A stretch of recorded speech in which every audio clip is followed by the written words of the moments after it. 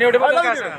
काल राज्याचे उपमुख्यमंत्री व शिवसेनेचे नेते आदरणीय एकनाथरावजी शिंदेसाहेब यांच्या मार्गदर्शनाखाली ओबीसी समाज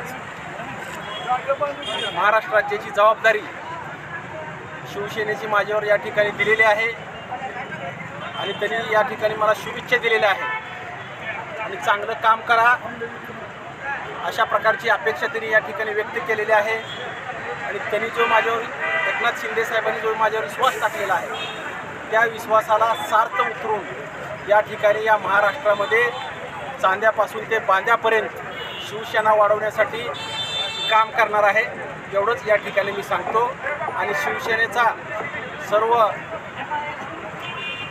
विभाग 6 विभागामध्ये शिवसेनेचे मेळावे या ठिकाणी घेण्यात येणार आहेत। मराठवाडा असेल, पश्चिम महाराष्ट्र असेल, विदर्भ असेल, उत्तर महाराष्ट्र असेल, मुंबई विभाग असेल, कोकण विभाग असेल, या विभागामध्ये शिवसेनेचे या ठिकाणी मेळावे घेण्यात येणार आहेत। ओबीसी समाजासाठी तुम्ही काय करणार?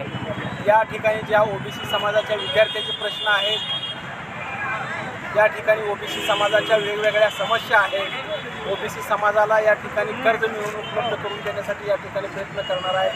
अनेक वेगवेगळ्या समस्या या ठिकाणी आहेत, ते आदरणीय शिंदे साहेबांच्या माध्यमातून या ठिकाणी सोडवण्याचा प्रयत्न करणार। तुम्ही महाराष्ट्रावर बातमी कशी करणार ओबीसी समाजासाठी?